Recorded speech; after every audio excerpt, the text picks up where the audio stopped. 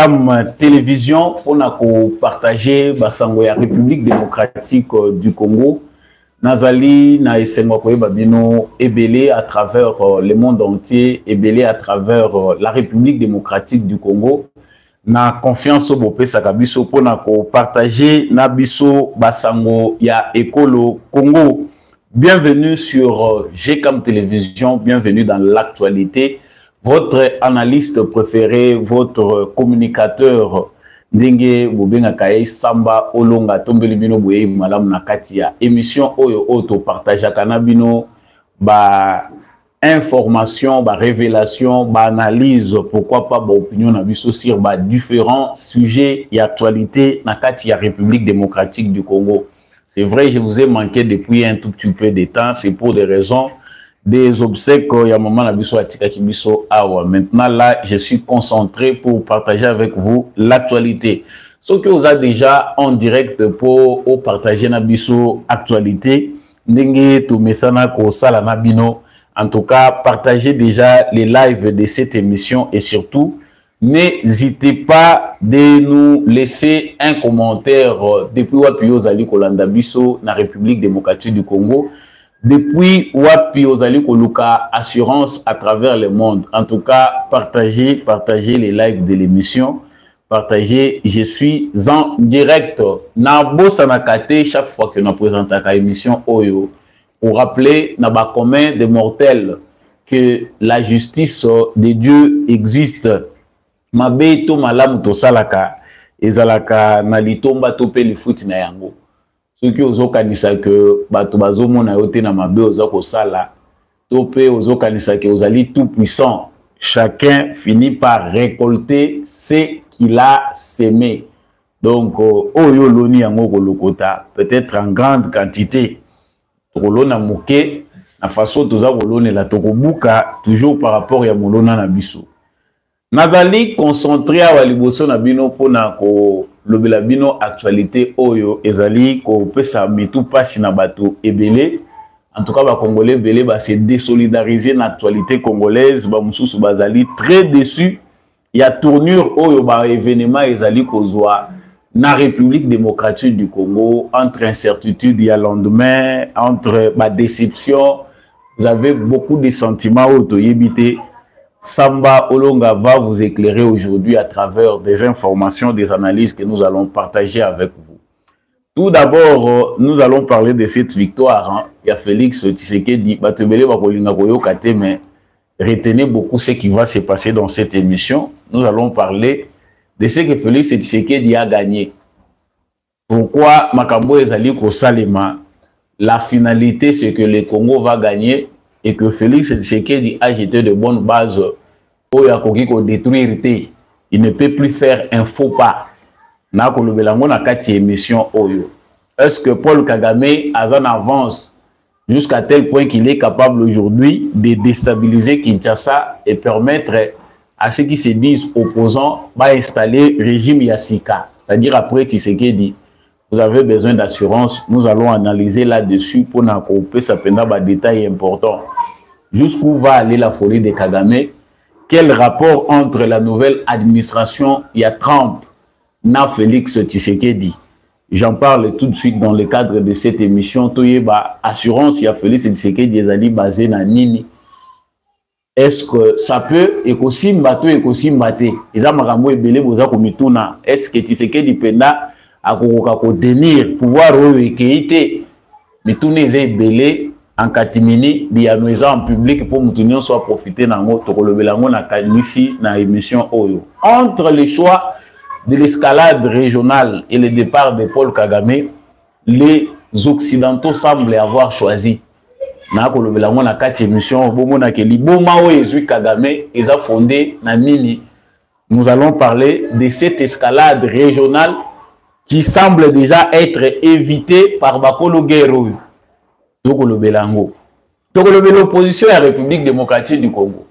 Image où Batebele Bazana ezali à Batumoko Bazali prêt d'en découdre avec Félix Tshisekedi. Ils ont quels moyens? Ba moyens ni ba opposants à la République démocratique du Congo baza ko disposer nango, baza ko utiliser ngo na lolenge nini. Samolo alingaka ko éclairer bino information sans éclairage est inutile. Mwinda bapelisa kango pona ko tchango na se amesa te likolo pour éclairer ndako mobimba. Nous en parlons. Il y a des fausses informations qui circulent faisant état il y a que na Suisse ils ont la délégation moko il y a ba officiel congolais oyo ezalaki kuna délégation a dépensé bon ebele plus de 400 000 $ na ko vendre na hôtel de luxe machin yango esali que ba député moko ya ba député suisse a sengi que ba kata aide ya Suisse na République démocratique du Congo jusqu'au départ de Félix Tshisekedi. Nous allons vous démontrer pourquoi cette information est fausse. Pour le belango na katia émission na biso ya lelo. Et dans la stratégie moko pour avant tout finir l'émission oyo stratégie moko ya ko démoraliser, ko créer, ko paralyser donc ba congolais belé ba tebele baza ko lobela le sous invasion et armée ougandaise. Les lieutenant général Luboya Kachama gouverneur militaire ya Ituri azali ko rassurer, je vais vous montrer la vidéo ici.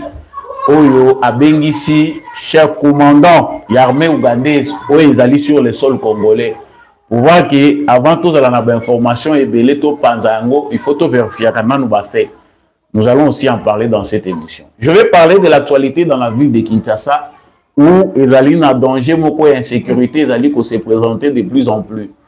Awa na mukolo lelo bakangi Batomoko suspect aux alentours du stade de Martyr. Tout près, il y a Arena où ils allaient en pleine construction. Donc, Batouana, Bazali suspect, on les a. Bazu, Bango, Bazane, Tibaboma, mais Bazana, Babilamba, Sika, Nabambongo, Ebele, Nabaminduki. Ils ont été arrêtés. Et non loin de là, sur les ronds-ponts Huileries, pour Nabato, Bayebi, l'avenue des Huileries, na Sika Oyo Bar. Il y a boxeur Nabiso champion Martin Bakole, ba criminel, basali apparition place wana en plein jour pendant que Mboula Moko ezaki ko bete amuke, baza ko sala braquage en plein air, baye baza ko buka ba shop baza ko sala ni. On va parler de cette stratégie là qui consiste à rendre nos villes moins sûres.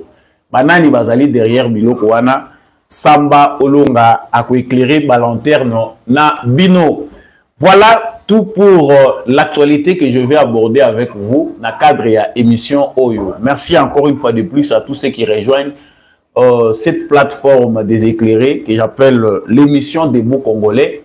Vous êtes déjà en direct. Tabola émission Oyo, partagez en bon voisin. C'est mieux de comprendre au lieu de tout spéculer sur des fausses informations où ils allaient, na tendance à démoraliser Bisso. Mieux vaut ne pas être informé qu'être mal informé. Voilà pourquoi tous les temps il y a pour analyser sérieusement l'information tous les kozwa na bino pour qu'éclairage ezala. Ce que vous avez information est belé en masse et que nous sommes capables de koyeba contenu nango vrai té sens nango réel les akoyeba naté okoki ko se retrouver na kan ya bangona.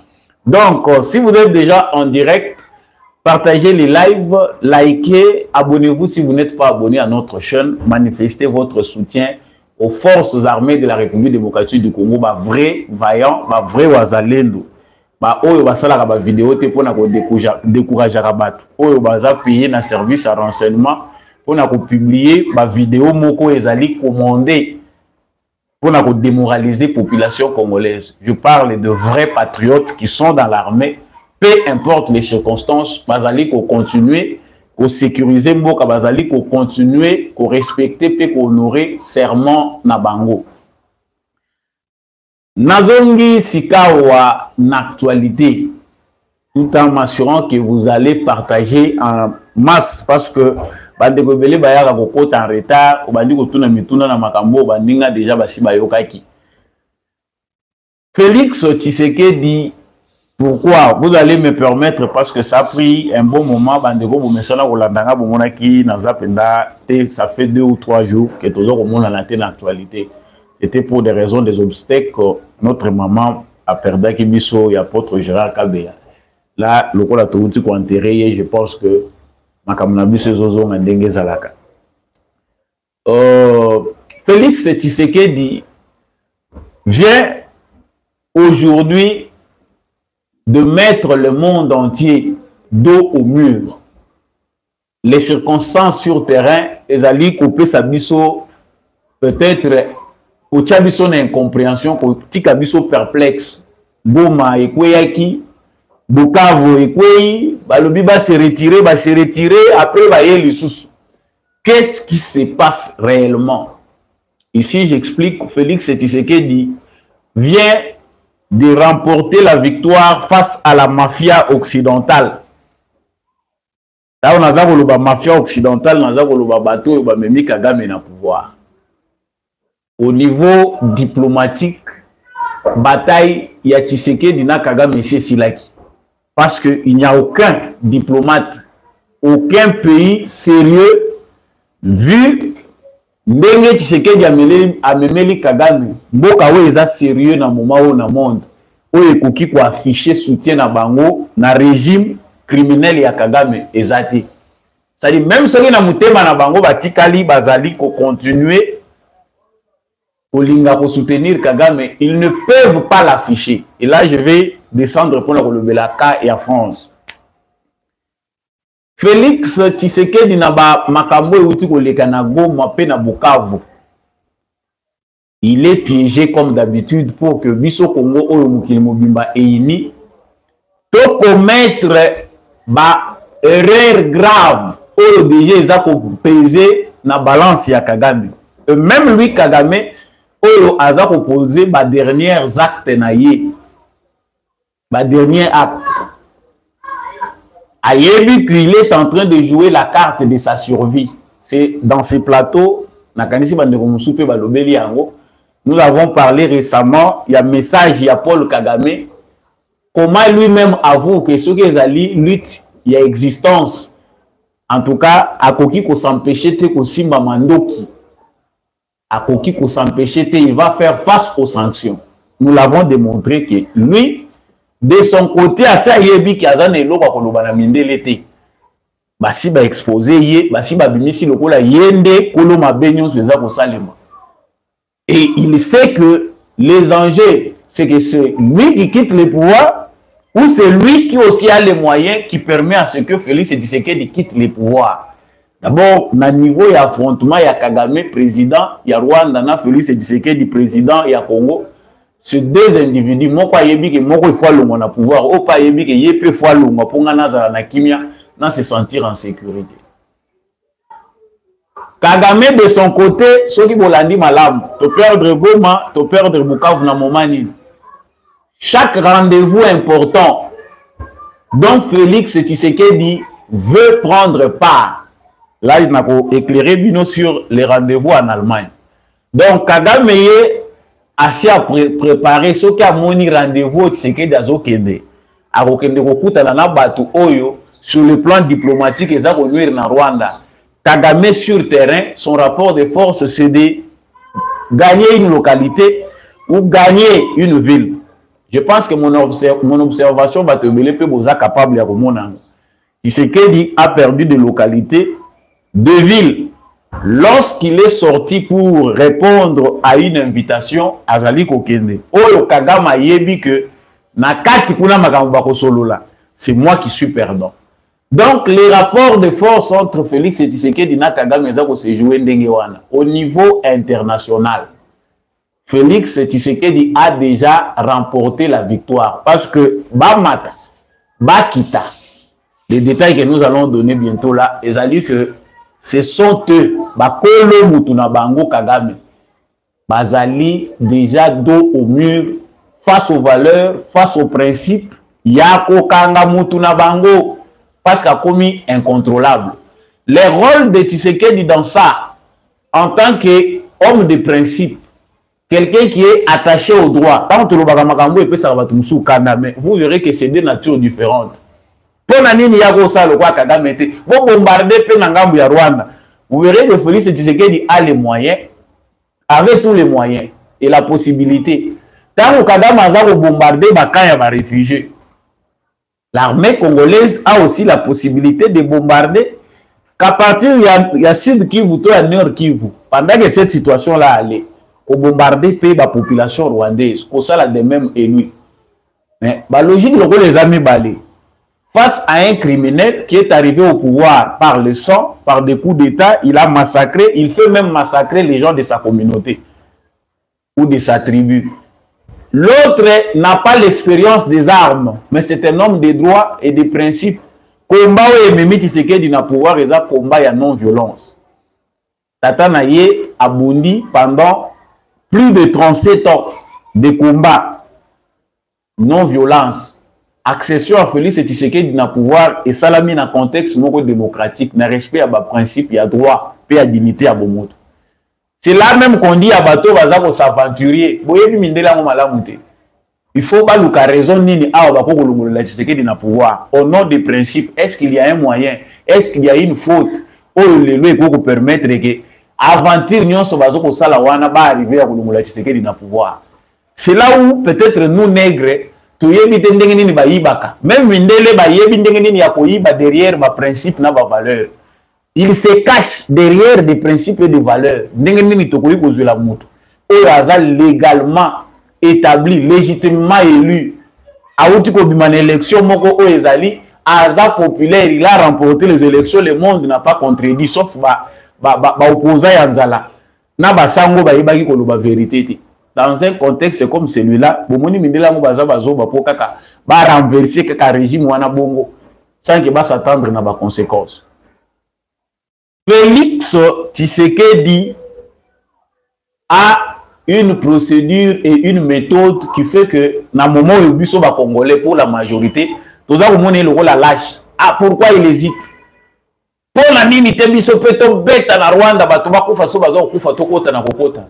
Biso toza face à un complot oya mokili mobimbe sangeli biso pona ba menere. To yebi pe biso nyonso malamu ke ce n'est pas le Rwanda. Ba décideur baza kuna likolo ba kolo guerre na bango.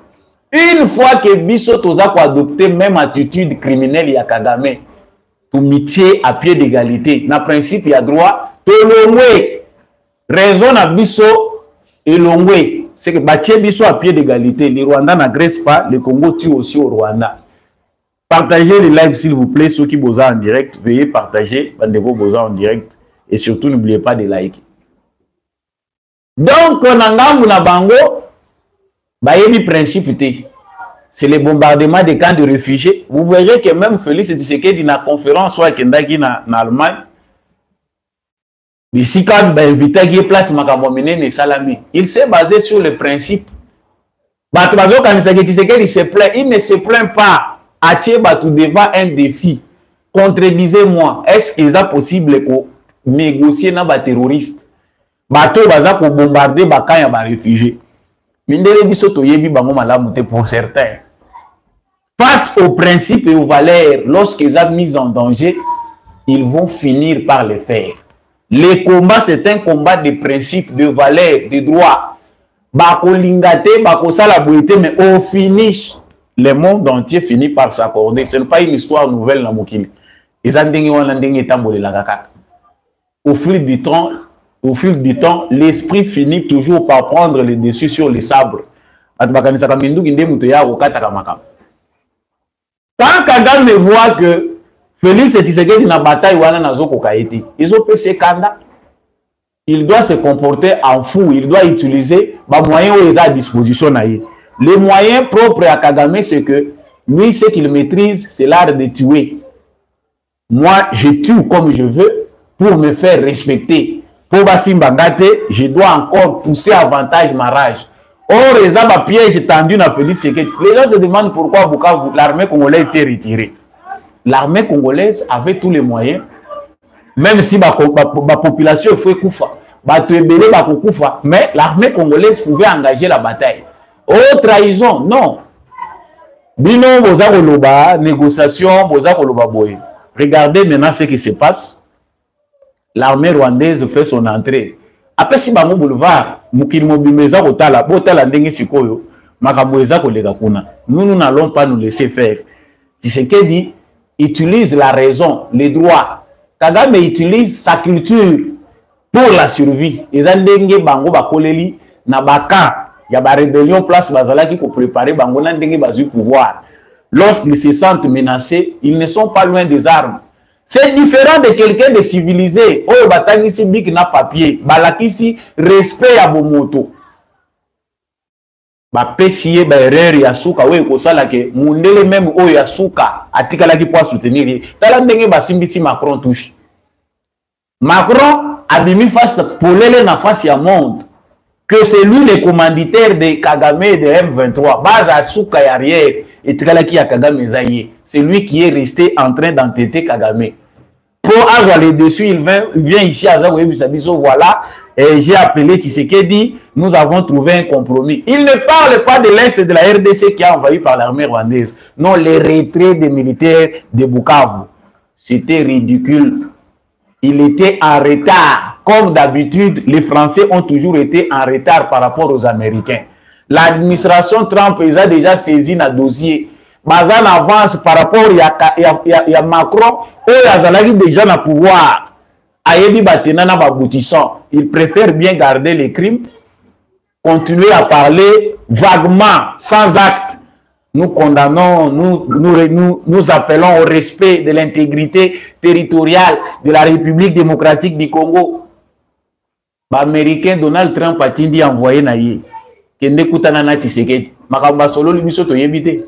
Il a des péchés qui ont na place Tshisekedi dans l'Allemagne. Quand là, il y a Kagame,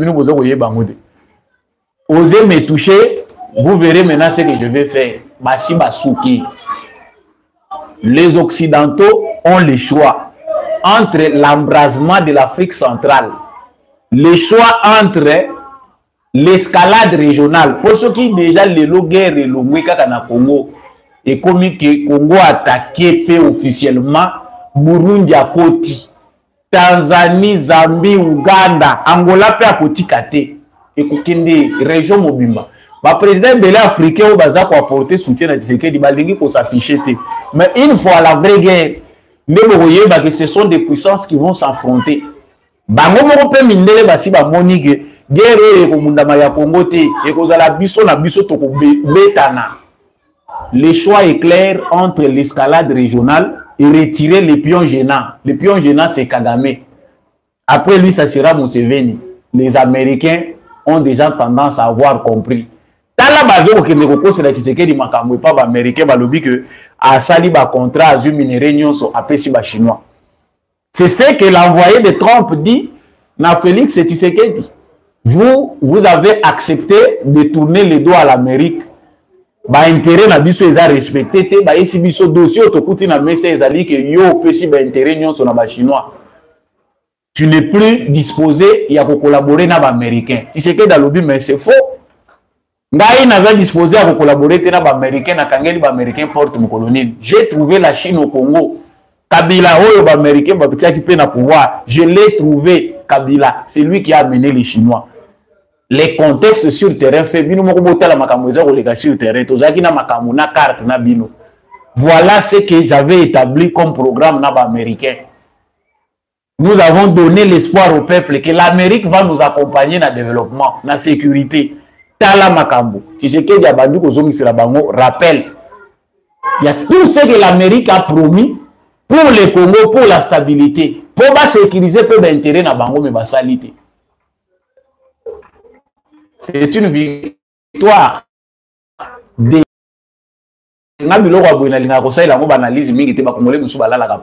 avec Grèce et celle-là. Guerre ya solo, oyo eza kobundama na est. Yango wana bakolo nango bangana.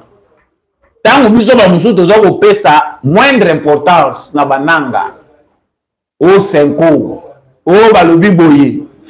Ce sont des juste comment se fait-il que Macron qui vit en France obtient pour des heures, quelques heures retrait à M23 Balongwe Balobit Batelemi Batikali Batali Bukavu Bapoussani Batelemi. Macron obtient ce qu'il est dans le jeu. Il est dans le jeu. Chers Congolais, je sais que ça ne me préoccupe pas, mais l'Europe est en perte de vitesse. Administration à Trump, et ça, les Trump, européens. Vous verrez les décisions que vont prendre les Américains, ça sera sans les Européens. Barivaka.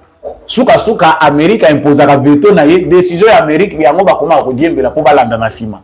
Mais cette fois-ci ça sera trop tard. La dernière carte que Macron joue pour le Congo, la carte qu'il a échoué. La France a perdu le Congo. Je ne dis pas que la France est en train de perdre. La France a perdu le Congo. Ça ne sera pas sans conséquence. Jusqu'aux dernières minutes. Bato nyonso baza ko condamné, baza ko kende na sens ya ba sanction. Les pantins, il y a ba banquier français Macron parce qu'il doit continuer toujours par nous aveugler par des demi-mots. Ayebi si Museveni na Kagame non, il faut embrouiller Tshisekedi davantage. Tshisekedi ne veut pas coopérer. Ba wana ba okoto bazali ba lobi Tshisekedi a accepté de négocier boyoki Macron ndenga lobi bazo négocier. Mieux vaut mourir que de vivre éternellement à genoux. Assurance place vandi, biso ba musu tozo ko bato yebi yango. D'où vient l'assurance? Basi basa toi. Malheureusement, nous sommes aveuglés, nous n'avons pas le temps de comprendre parce que les rapports de force sur terrain, nous sommes sur terrain. Mais oui, ils ont derrière rideau, oui, la folie qui pousse Kagame à envahir Bukavu, Goma, pousser, c'est un chantage. Tu sais que du pays a comme un pied d'égalité, sauf tu sais que du maillot les souki. À Monique et Kagame a embrasé Mboka Nyonso, à quoi agir le Rolanga. Parce que c'est ça, l'acte que Kagame pose, il veut, l'objectif est ça que Kagame, qui sait qu'il passe à la lokolanga. Comme ça, au moins, Bissonnion s'autocomis à pied d'égalité, je retiens mon souffle. Wana bakomi ko traité Bisson Ndenge Moko, il n'y aura plus de sanctions, Moutako s'attaquer les sous-nangate. Je trouve des arguments pour gagner encore du temps. C'est trop tard. Bitumba mususu ici la kana mando qui ici la kana bongo sagesse oyo nzamba tie na kati ya mutu isalaka que il y a des victoires sans armes. Ba komi ko tourner salami ndenge nini. Ba to bazomi tourna parce que les gens prennent Tshisekedi pour un bête. Pour quelqu'un qui ne maîtrise pas la guerre, qui ne connaît pas ce qu'il fait. Tshisekedi sait ce qu'il fait. C'est une question de temps, de confiance aussi. Nous apprenons à peine de les connaître. Dans ces circonstances, réellement, mais ça n'est pas l'efficacité à Tshisekedi, c'est parce que la différence, il y a Mouzé qui était déjà allé trop vite pour dire son dernier mot. Ce qui va meki, rendre Rwanda poussière. Les erreurs de Mouzé Laurent Désiré Kabila sont aujourd'hui évitées par Tshisekedi. L'administration Biden basali oyo Kagame asali awa na minito ezalaki po Tshisekedi akoma na maloba ndenge wana. Il sera emporté pour que l'ère multinationale na bango nyonso baza ko sala commission na sima Congo baloba que voilà, nous avons maintenant les raisons ya kolongola Tshisekedi officiellement, il veut envahir le Rwanda, il veut faire ceci. Tshisekedi a pesi bango occasion wana te. C'est une victoire en soi, même si le Congolais ne peut pas se contenter de soi, de ça, mais la victoire est tout le monde insiste maintenant sur le respect de l'intégrité territoriale. Je reviens ici sur la délégation américaine. Délégation américaine et tenir compte de la vie européenne. Bazan attend le sous-souté à Koyoka Bango, Trump passe la Kamakamuna Ndenge pour l'Amérique. Il avait parlé une autre fois à l'objet, il est sérieux, les Kamouezo, les Ghana Congo, mais je pense que ce n'est pas le moment d'en parler. Asa yoka kimingi, balingaki, ba sangi saba élément nyonso. Je réinsiste que la vraie guerre, c'est celle-là. Le Rwanda vient après les États-Unis, les Royaumes-Unis, l'Allemagne, la France, la Belgique, pour ne citer que ce pays-là, où il a colonisé Congo Tilelo. Bakolo mama la likambo bangoana. C'est voilà même le vrai dialogue qui c'est qu'il le fait avec ces gens-là. Biso tozo attaquer de kona biso tolobi ba voyager leki. Azo kende ko voyager mingi. Mutu baza ko sauver azo bi expert. Munga naza ko landa mutu maladi pour sauver. Mutu maladi yemo aza ko s'attaquer lisusu na munganga. Aza ko pesa ye expertise na ye. Te sala nga boye. Bimela nga boye. Nous avons ici la chance. Tshisekedi, c'était notre dernière carte. Même par Dieu, par le canal de Dieu. Tshisekedi, il y a carte, il y a souka, il y a libération à Congolais. Ceux qui bisoutent aussi. Et là, ils ont président Moussous. Mais le travail que Tshisekedi fait, c'est un travail pour des résultats éternels. Congo azonga lisu na simate. So yemo Tshisekedi omoni malgré actualité nyonso eza ko dépasser biso ba congolais alingi kozonga simate parce qu'il sait que s'il recule, c'est fini, sa mission est terminée. Il a échoué. Mission ya Tshisekedi dans de grandes lignes, c'est cette question-là. Nous devons reprendre le contrôle de notre pays, de nos terres. S'il échoue à le faire, je pense que c'est le principal. C'est fini, Tshisekedi a échoué. Et on va négocier, parce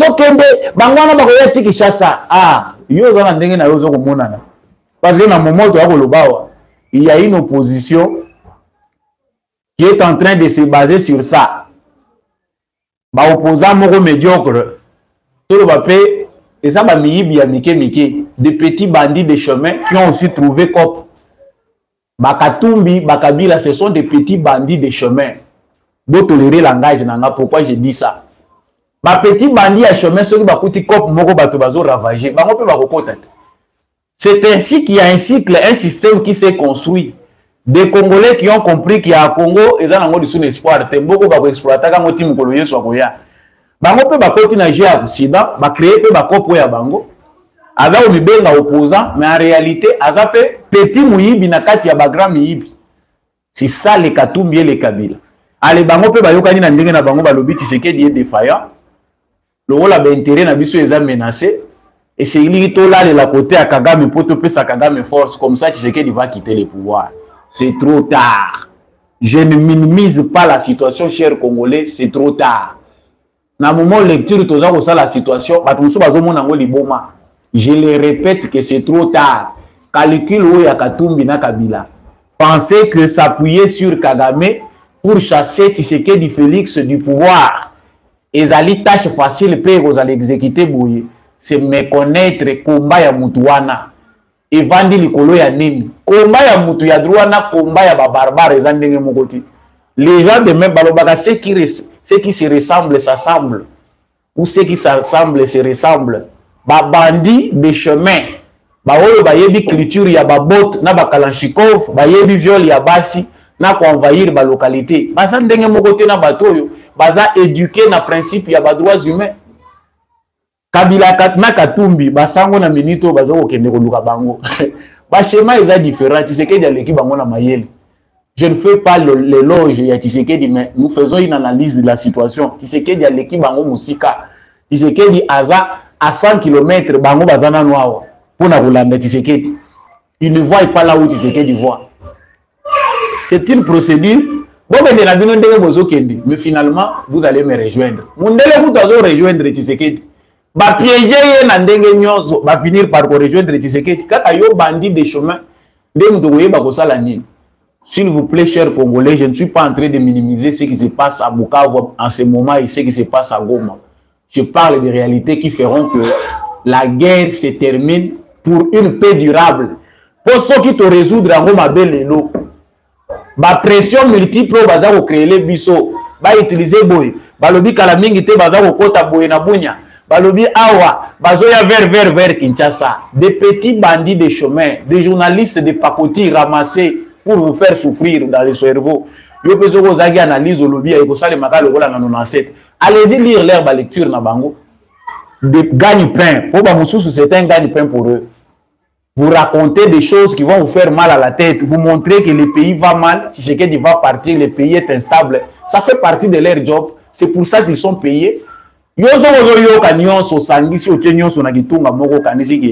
ça qui va peut-être changer la situation. Non. Moi, j'aurai toujours le courage de revenir sur ce plateau.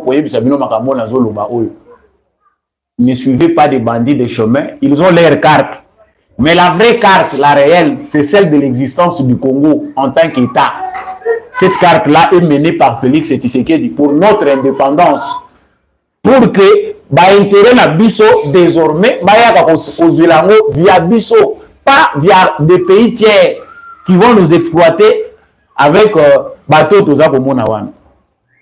Kabila, Katumbi, Senko, bato lokola ba Tshisekedi, bato bayebi ba droit nde baza ko apprécier. Soka stopaki musala ou bato Senko baza ko sala. Biso nde tolingaki to condamner. Voilà, laissez-les faire. Nous sommes en démocratie. Avec toutes les conséquences, les Congolais sont en train d'observer. Ils sont allés jusqu'au Rwanda. Est-ce que cela a empêché Kagame de ne pas déstabiliser une ville comme Bukavu? Il l'a encore fait. Les Congolais normaux qui n'ont pas besoin de croquis, tout ça, il a dit schéma pour te expliquer, vous pouvez déjà conclure que cette démarche-là est nulle. Ça ne servait à rien d'aller au Rwanda, aller chercher Kagame. C'est aller s'incliner, na moto azako violer, maman na biso, crime mes frais, vous allez chez lui. Qu'est-ce que ça a apporté? Pour ceux qui contribuaient, négociation, qu'est-ce que ça a apporté? Est-ce que ça a stoppé la folie de Kagame? Ceux qui ne pouvaient pas voir aujourd'hui peuvent nous donner raison. Pourquoi? Et la vraie guerre s'est déjà terminée. La vraie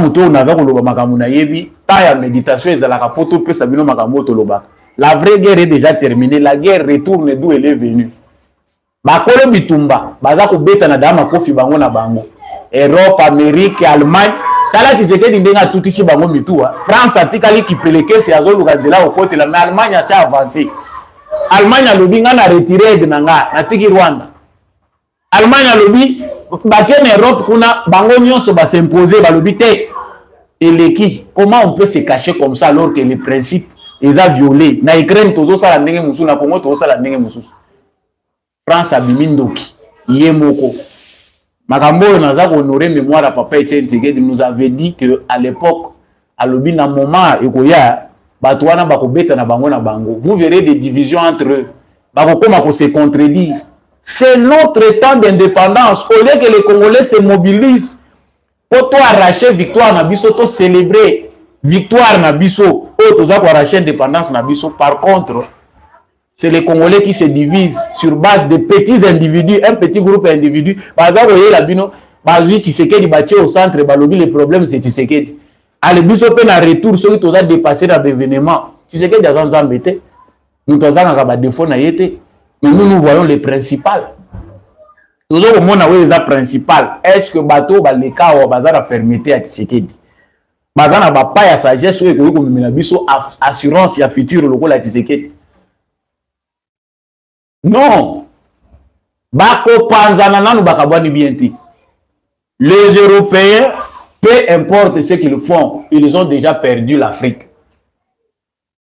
Tshisekedi ndaza mutu ya baguerre ouverte te kwa ya kaka mbala moko a déclaré que na kati ba relation na européen. Ça s'est fait de manière stratégique. Ces gens-là nous ont déjà perdu. D'abord awa na assiette na biso et le européen zati.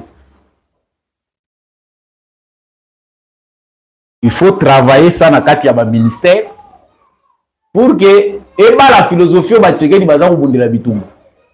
Kubanda kotika moyibi ya mbongo pour permettre à ce que l'argent au besoin volé baya la financer ka biso ba 20 millions ba 30 millions ya Union européenne pour na suka nango ba yebisa biso voilà nous nous insurgeons contre l'arrestation de Jean-Jacques Oundo, nous disons ceci.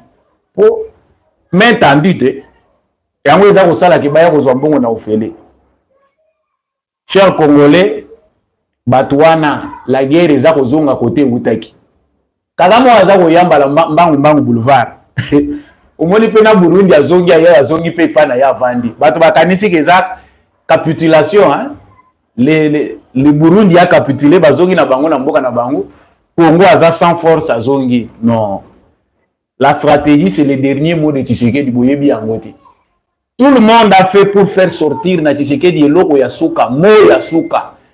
Erreur ya suka ya grave. Na balance erreur ya Kagame leki belé.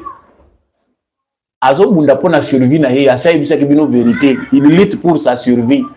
Le vrai Congolais en ce moment, peu importe notre nombre, ceux qui comprennent doivent combattre, comprendre que ceux qui bien lingé kota batele maka. Botelemi, joueur n'a pas marqué mais déjà botelemi. Wow, déjà et les joueurs au kota bino déjà bon marqué wow. Peut-être les autres vont dire ce que nous disons demain. Bah ouais, on célébrer victoire comme victoire à Congolais, mais ils ne sauront pas dire la vérité sur les sacrifices. Mais si un jour Dieu nous donne la force, nous commençons à attendre écrit pour que le tir à Mikanda est zaté. C'est une histoire autre qui est en train de s'écrire, mais sous indifférence, il y a des Congolais de mauvaise qualité. qui préfèrent déstabiliser l'opinion. Koye bizabinoge awa ekoyinda soke komi na katanga bakabaluba na bakatange bakoyoka na te bakobomana lokuta. L'embrasement du Congo bino bozomona ngo pété même na Occident pe baza kotala balobi soki mboko esambraser est-ce que ba intérêt ngo tozula ngo ndenge tozula. C'est un grand pays. Les réalités restent les mêmes comme à l'époque de l'indépendance. Et même aussi nous ont sauvés d'une quelque part de la balkanisation. La balkanisation que nous avons installée, mais moni guerre face à IRSS balobité. Celui qui dit que ça le mandenge to planifier beaucoup to pazango biteni nous perdons tout. Bazui dictateur bâti. Gérer les bisoua rôle Mobutu azwaka. Et la mubimba kanga ngoka bongo. Peu importe yo ça mais pourvu que tu as la intérêt na biso pas na yo et la mubimba. Le destin aussi joue le jeu. Et ça n'a jeu belé côté na unité en beaucoup et ça dit que beaucoup est bakabolangote ça c'est Dieu seul aussi qui sait. C'est pas des petits individus qui vont nous intimider penser que beaucoup est kokata na bitendi pour bino bolingi tisekedité. Vous vous êtes trompé. Les opposants médiocres Kabila na Katumbi baza essoufflé. Personne ne vous avait chassé. Tant que vous avez bogi kotala Katumbi na Kabila. Botu na bango. Tisekedi abengana ki Kabila na Congo. C'est là où les gens n'ont pas appris à comprendre Tshisekedi Atamuke. Toyena Tshisekedi awazalaki lokola agneau na kati ya balou. Sans renseignement, sans armée, sans la police, tout était appartenait à Kabila. Et Kabila avait fait pour qu'il gère tout. Qu'il vous demande quelle est la stratégie adoptée par Tshisekedi, va expliquer ndenge Tshisekedi a fini ça par contrôle ya nyonso. Pe bango ba benga dictateur. Nzambe ba combattre kayete. Mutu ndenge wana. Seuls les gens qui sont spirituels le comprennent. Que Moutoyo, Nani, la biso, a la dimension na bisoti. Nous avons vu la finalité. La finalité, c'est que la coalition FCC cache Koufi. Baloba qui sont qui se qui a osé. A osakana na pouvoir à Kokende. Coalition ou Koufaka. Kabila na nord, Kabila na sud, Kabila na ouest, Kabila na est. La finalité. C'est que Kabila a fini par fuir du Congo sans être chassé. Kosakana na muto ya leko na mayele te. Muto batami wa lekio mayele. Parce que nous sommes baptisés que demandez seulement à Kabila qui avait tout. A komi ko lukasa ila ngona distance. Instabilité à Congo et komi ko salema na exil forcé. Okomi ko kima mboka oyo oke kuna bazo ko luka muta mandefu. Mais bato asenko bazo luka yote tata mandefu. Kutana pena bango okota pena kati soko oza congolais ya solo okota pena kati ya jeu ya dialogue na bango bazo préparer. Les criminels finissent par s'auto-identifier. Les criminels qui ne veulent pas de la paix dans ces pays sont déjà bien vus bayebani. Ceux qui congolais dit que na papier te ozo koma lokola ngai sambolonga o koma ba ennemi ya république Tshisekedi nous a aidé à les connaître tous. Il y a des situations mal nécessaires. Tous vivre na bandoki to yebi bangote. Zoaka ka liste kota na ba réseaux sociaux. Regardez ce que les gens écrivent. Vous verrez que bandoki, grâce à Tshisekedi, to identifier bango nyonso. Malheureusement ko la bandeko na biso na Goma na Bukavu et permettre que ça soit na ba union salité, soki union sacrée. Oyo maman Maria bandai ko bele la maman Maria Fayola lobi union salité. Quelque part elle avait raison. Bafandi nie Aza compter sur carnet d'adresse, na lupango asoma na Belgique. Alobi ça va sauter, Tshisekedi va finir par partir. Vous vous êtes trompé. Monsieur il faut ici là. Monsieur il faut ici là. Tu veux que vous avez bandoki. De fausses informations faisant état de dépenses des membres du gouvernement en Suisse. Tala bisika bokomi ko diembe. Nous donner des fausses informations. Et comme une spécialité na bango. Il y a des Congolais aujourd'hui qui sont déjà rwandais par psychologie, par COP. Otali ndenge ba rwandais bazo sala, otali ndenge ba Congolais musu bazo sala lobi baza ndenge moko. Différence des ali susu te. Omona suki si ona mutemo lobi mais oyo Congolais to Congolais te pourtant na yebaki aza Congolais. Assimilé au Rwandais. Mais bana ko yebisa biso tanto tanga université assimilé aux ajournés. Ba ozo baza assimilé au Rwandais. Pas comme nature moko dikolo ya haine ya kindoki ya motema mabe kozanga bolingo ya mboka. Non, il y a une délégation du gouvernement congolais oyo bazalaki na Suisse, ils ont dépensé plus de 400 000 $ na ba dépenses na kati ya ba hôtel de luxe. C'est vrai, il faut que ça mais ozo kosa na moment oyo ko ozo trophée nini. Na moment ozo kosa ozo trophée nini. Bozo kosa la ba député suisse makambu. Oh non, un député suisse a dit que il faut que la Suisse stoppe son aide à la RDC jusqu'au départ de Félix Tshisekedi. Na yo pe motozo tanga torchwango. Est-ce que langage wana est diplomatique? C'est comme ça que nous sommes manipulés à longueur de journée. La guerre est médiatique, ils se sont bien organisés. Tshisekedi le rôle a sur tous les fronts, même les collaborateurs de Tshisekedi bakoki ko assurer biso awa te quiétude. Bo arriver même à terre à gérer riposte et communication. Les collaborateurs de Tshisekedi. Donc il n'est pas itozonge pas, ils sont tozo beta bino te et dans un moment de guerre, bino bozo s'attaquer l'entourage à président. Entourage à président yango ezo luke bomaye. Entourage à président bisoto lo baté. Ça se voit ici que le Rwanda est partout dans l'entourage du président. Comment ne pas même organiser une riposte et la communication? Incompétence même dans la riposte et la communication pour la kisaka kaketoza efficace. Les Rwandais, un petit pays, va infiltrer biso dans service à renseignement, tina l'église va infiltrer biso. Ma basango pe bakoma balie na bango bazali. Sango azo prêcher nozo tuna mais aza sango ya Rwanda to ya Congo. Pour normalement bandeko bazo kufa eza ya biso. Mais comment sango aza se comporter boy? Comprenez que c'est un allié, il y a service à renseignement rwandais. C'est le travail que le Rwanda a fait pendant 30 ans.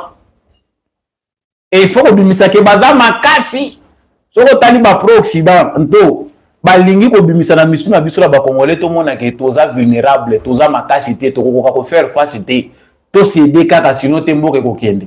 Si vous avez préparé mentalement, tu vas céder face à cette propagande de guerre. Si vous déjà mettez croix sur cette fausse information. Tu as vu que le gouvernement a besoin de défaillance. Le gouvernement c'est vrai que Tshisekedi face il y a sur le plan diplomatique charge à Zaromema. Azuna nous tente à faire le nettoyage au gouvernement. Si vous avez 15 ministres, vous avez fait la fête. Mbongo eza mukeme na kosomba champagne. So le bimi na 12 vraiment moi na topesi komba fati beton. Eza makambo belé. Comprenons chers Congolais que ba stratégie est belé, ba mususu eza likambo ya guerre et comme guerre ya baluba. Le travail des services de renseignement rwandais se fait voir à travers les comportements de certains Congolais. Au Congo bien vous avez la possibilité de voir que ça c'est un comportement lié à la manipulation. Non seulement des Rwandais, parce que tous sont vulnérables partout. Les Français, bazar aussi, à travers les médias na bango, TV5, France 24, RFI, sur la dit médias na bango, bazar na bango, pro-terrorisme. Négo moni ba bengani bango en Afrique de l'Ouest. Ici, vous pouvez aussi comprendre, bazar jouer carte ni. Hollandi ba mususu européen ba yebi pe ba média na bango eza ko travailler na bango des journalistes payés en Occident. Vous voulez que ça une information malamu ndengini.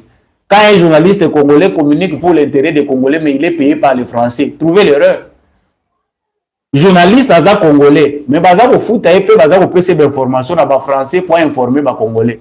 Bino moko bolu erreur. Bisonde muto za ko mikosa. Souffrez d'être informé peut-être médiocrement par notre canal, naba confrères, naba ndeko communicateurs, journalistes qui se battent avec les moyens de bord pour informer les Congolais et puis en respectant aussi la ligne patriotique. Journaliste moko azalaka indépendant te soki mboka na yeza agressé. Je pense que vous avez mis croix sur cette fausse information. Ba o pe ba mesana ko dépenser mbongo ba yebi ke na momoyo comportement et la situation actuelle. Ils sont profitables et permettre que les dépensiers, les localix, les gens qui ont mis tout cher, les gens qui ont mis désormais, président Fachi, désormais, je pense que ceci, face à cette stratégie, tout gérer la finance na biso public de manière efficace. On peut maintenant réorganiser les finances publiques. Et ça passe en ordre dans la situation de Koutani Nango pour que le président puisse s'imposer par rigueur. to changer façon na biso ya ko gérer finance publique mbongo ya mboka ba décision nyonso ko kuta na Tshisekedi ye moko te nga nazo kamwa soki parlement na moment oyo baza koyeba te ligne même oyo financière oyo bango bakoki kosala.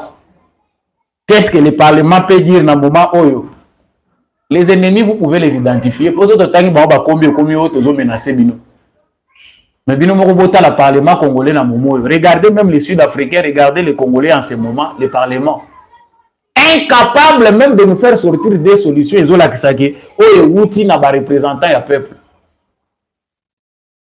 L'autre stratégie qu'ils ont mis en place, ils allaient à déstabiliser ma grande ville.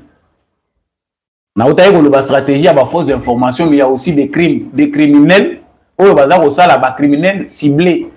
Souvenez-vous qu'avant, il y a criminalité, mataki makasi. Et ça, terrorisme organisé. Tolobela ki makamouya goma, criminalité organisée. Bah c'est préparé, bah yebi bien que plus bazaliko envenimer situation d'insécurité, plus baza ko calendrier ko lakisa batuke ville wana territoire wana ekomi moins sûr wana omoni batu na bango oh non toujours rappeler na ba ressortissant na biso toujours ko sala boy les autres pensaient organiser des marches oyo ko sala que babebisa makambo awa na momo na za ko loba na Kinshasa na kanisi ke bomoni babilili mosusu na ba Huileri bato ba yebi l'avenue des Huileri Oyo, ils ont longé dans le croisement triomphal, palais du peuple, stade des martyrs. Bato, bayebi bar, il y a champion à biso ya boxe Martin Bakole. Des criminels en pleine journée. Vous les avez bêta, ce n'est pas non loin. Il y a place au Ganazali. Place au Ganazana, place événement et salami, c'est 1 kilomètre. Mais, na moi, ba criminel, bazo ko yana ba arme. Baye ko braquer. Na kati ya bar wana pe bazo plier shop po bazo mbongo nyonso ezalaka wana bakende nango na moto. Et tala place o bango bazali na place police ezali. Quand le fumula eza, je ne sais pas si c'est 200 ou 300 mètres. Mais les criminels bazako ya wana place wana ba yebi que na est na ouest na nord na sud sécurité ezali. Où est l'assurance de la police nationale congolaise? Est-ce que tous la police, ceux qui veulent avoir besoin de c'est que les criminels basent dans la police. Ces criminels-là viennent de la police. Il y a des suspects au sein de la police. Parce que si Kawana, tant que tu as l'environnement, na base à la police ou Ezawana, criminel quoi assurance, il y a opérer en grand jour. C'est que Batindi avec assurance, il y a que ça la plan là-bas. Et non loin de là, à l'Arena, juste à côté du stade de Martyrs, projet est en construction, il y a Arena Kinshasa Arena. Na moi zamba moko ebotami wana po biso ba matite bota makaka partout. Batu moko ba criminel, soki baza ba infiltré, baza wana na ba minduki. Vigilance ya population esali ke bake ko découvrir bango. Oh, batala boye babilamba sika na kati ya basaki minduki mbongo. Ba ramasser bango avant la police ya ko intervenir. Ah, bazubi botu na bango. C'est ça un peuple. C'est ça la vigilance citoyenne. Ce sont des actes isolés qu'ils organisent pour n'akobimisa image et insécurité dans Mboka. Bango bazan a besoin que biso nyon soto s'assurer que Mboka est en insécurité. Des petits bandits de chemin. Il faut rendre les villes, rendre les communes moins sûres. Ba utaki pe ko braquer kin marché. Ba komi ko braquer so bato ba yebi ba kin marché na ba supermarché mususu ezao. 21h, 20h, au moni ba yeba braquer. Babilo wana ba supermarché fonctionnera jusqu'à 22h, 22h30, ba comme obligé ba kan avant, il faut que tu la bango sécurité.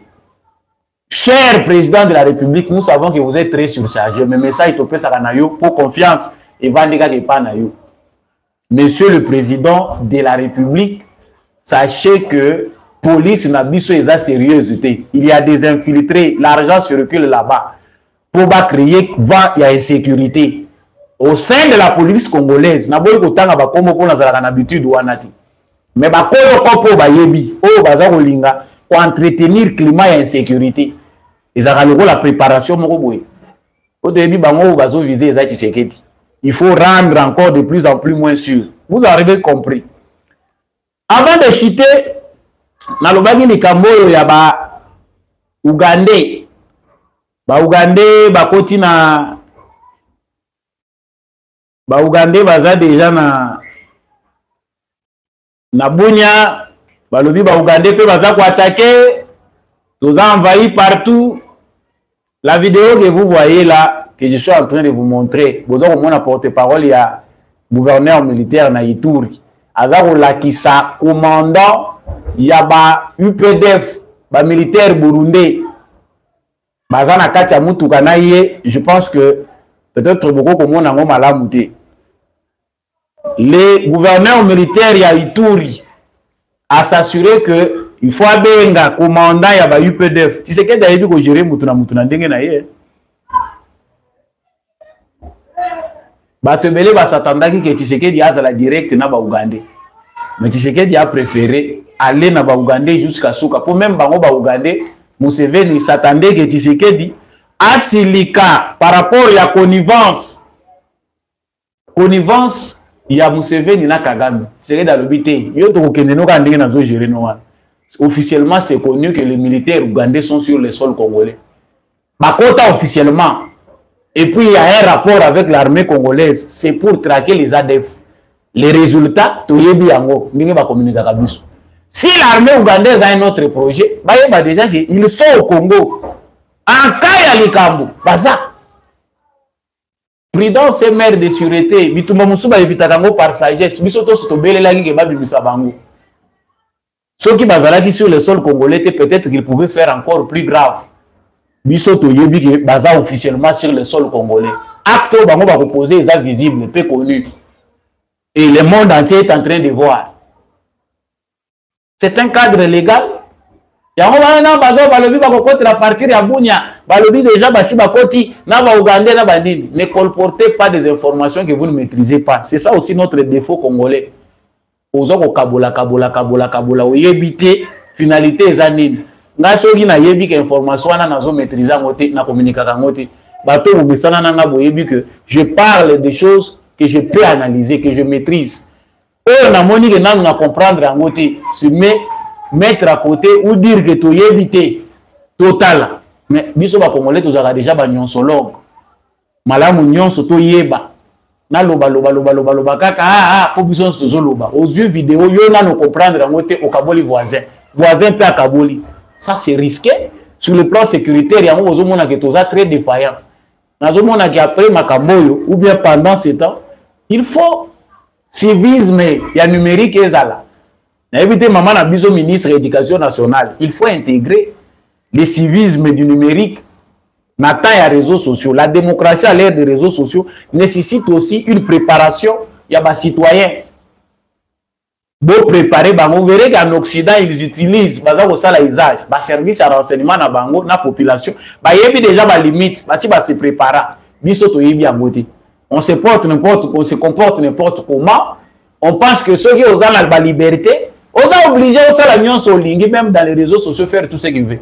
C'est sur cette base-là qu'on pensait qu'un parlement sérieux pouvait déjà à cet instant précis, vu les comportements des médias qui sont aujourd'hui dans les réseaux sociaux en masse, les réseaux sociaux autosali.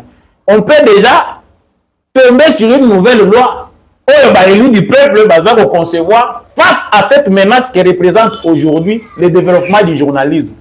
Le journalisme traditionnel est presque mort. Aujourd'hui, le journalisme, c'est que n'importe qui, même si on a une maîtrise, il y a profession à côté, à quoi s'improviser peut terroriser toute une population. Je préfère m'arrêter là, c'est aussi la mokolomo côté, aux un monopole, il y a quoi bagnon sauter. Ce qui est plus important, c'est que, chers Congolais, Nalobaka toujours pour insister que la peur, c'est le pire des ennemis. Il y a des gens qui sont organisés pour nous faire peur. Ah, vous racontez des histoires dans des quartiers. Priez Dieu là où vous savez que vous n'avez pas la compréhension, là où Tshisekedi ne peut rien vous dire. Parce que moment est un moment de discours. Le reste dépend de notre sens du patriotisme. Olingi mboka, na balingaka mboka na contexte nyonso basatashaka na mboka te pona moma esengo soko moni eloko moko eza ko ressembler na mawa ubandone upesi mboka mokongo olobi malamu na bota mananga soki nani. Il y a même des militaires qui ne valent pas la peine. Moi j'attends qu'il y a des militaires oyo soki bamoni bango côté ba repliaki balongola bango tenu, ils ne font plus partie de l'armée congolaise. Bakangaka mutu na makasi te akoma militaire. Eza vocation, eza mission mutu ye moko andimi.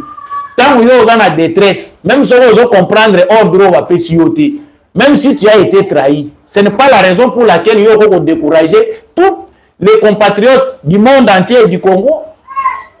On décourager bango ba trahir biso. Tu sais que biso ce sont des gens payés pour les faire. Service à renseignement ya Rwanda zo sala musala nango ya biso pe ya Congo et sala musala. Identifier les militaires qui ont un comportement qui n'a rien à voir avec l'essence de leur mission.